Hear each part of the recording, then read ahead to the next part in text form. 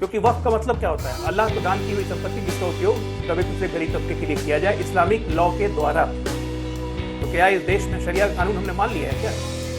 बात तो सही है। जितना बड़ा झूठ आपके चैनल पर बोला गया है अजय आलोक की तरफ से कि वक्फ बोर्ड में ये कानून लिखा हुआ है कि ये गरीबों यतीमों के लिए जो शरिया लॉ कहेगी, मैं अजय आलोक से गुजारिश करूंगा, ये पब्लिक मीटिंग नहीं है, ऐसे झूठ मत बोला कीजिए, आप दिखा दीजिए कहाँ लिखा है ये कि शरिया लॉ के हिसाब से उनका इंतजाम होगा। बस ठीक है भाई साहब, अब ये बताइए मुझे अजय आलोक जी कि क्या स्पष्टीकरण 1954 में संविधान को बाईपास करके ले आए। जेसीबी कमेटी उसको बंद कर दीजिए। एक हाथ स्पष्टीकरण 1954 चौपट 95 का। और कहाँ राम लल्ला जी, कहाँ भगवान श्री राम और कहाँ वक्फ बोर्ड चोरों का अड्डा, जरा जी दोनों को आप कंपेयर कर रही है।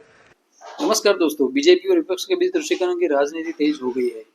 मुस्लिम संगठनों का आरोप है कि सरकार वक्फ की संपत्तियों पर कब्जा करना चाहती है, जबकि बीजेपी का कहना है कि ये बिल वक्फ में पारदर्शिता लाने के लिए लाया गया है। संसद से सड़क तक संग्राम जारी है, विरोध प्रदर्शन चल रहा है। तो चलिए जानते हैं इस बिल पर देश भर में क्या हो रही बहस और कहाँ हो रहा है विरोध। वीडियो को आखिर तक जरूर से देखना और अपनी राय कमेंट सेक्शन में जरूर बताना। वीडियो को लाइक और चैनल को सब्सक्राइब करना मत भूलना। तो चलिए शुरू करते हैं आज की मेन डिबेट। तो चलिए शुरू करते हैं। जो आदमी संविधान की बात कर रहा हो तो ये याद रखना चाहिए कि बाबा साहब के बनाए हुए संविधान में वक्फ का जिक्र ही नहीं था। क्योंकि वक्फ का मतलब क्या होता है? अल्लाह को दान की हुई संपत्ति जिसका उपयोग दबे कुचले गरीब तबके के लिए किया जाए इस्लामिक लॉ के द्वारा। तो क्या इस देश में शरिया कानून हमने मान लिया है क्या? क्योंकि वक्फ को काम करना है इस्लामिक लॉ के द्वारा, बहुत सारे मुस्लिम देशों में जैसे है। तो इससे पहली बात तो यह संविधान सम्मत ही नहीं है। आर्टिकल 25-26 इस पर लागू नहीं होता है। भारत के तीनों कोर्ट इस पर लागू नहीं करते हैं। तो ये सबको अगर आप पारदर्शिता में लाएंगे तो जो संविधान की दुहाई दे रहे हैं उनको तो पहले ये जान जाना चाहिए कि वक्फ एक्ट संविधान सम्मत है ही नहीं, इसको जैसे लाया गया। इसीलिए बाबा साहब के समय में संविधान में कोई वक्फ की जिक्र नहीं की गई थी, क्योंकि हम धर्मनिरपेक्ष राष्ट्र है।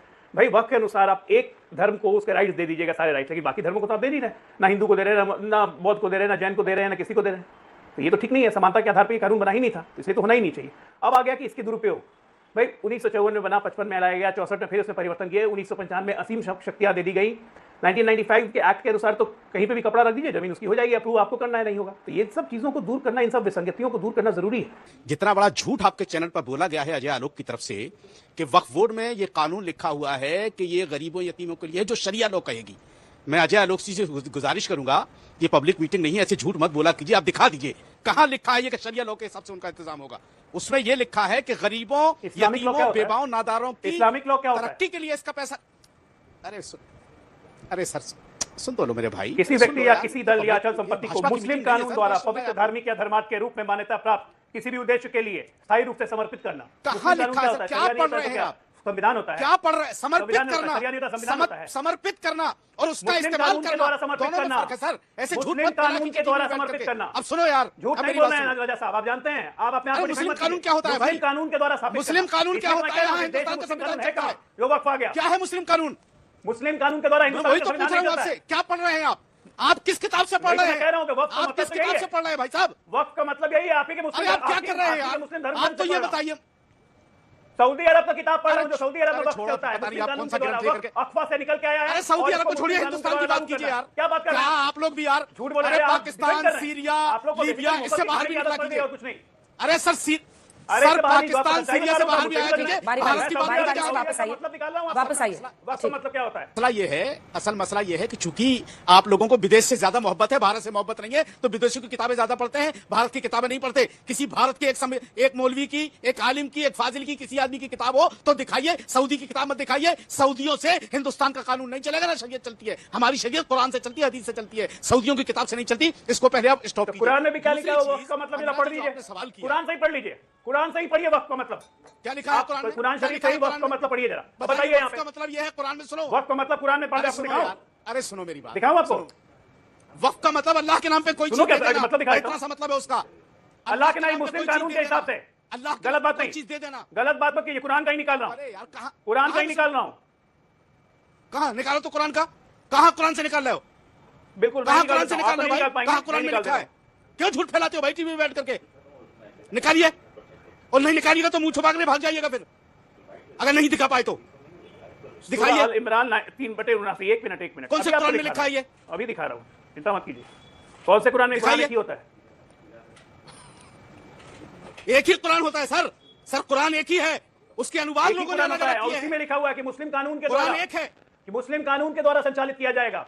दिखाओ मुस्लिम तो कानून कहाँ के द्वारा यार? संचालित किया जाएगा, वक्फ का मतलब निकाल लीजिए। ओफो, दिखाओ तो कहां यार, ये पूरा विकिपीडिया खोलिए जरा, निकाले, तुम दिखाओ यार। विकिपीडिया खोलिए।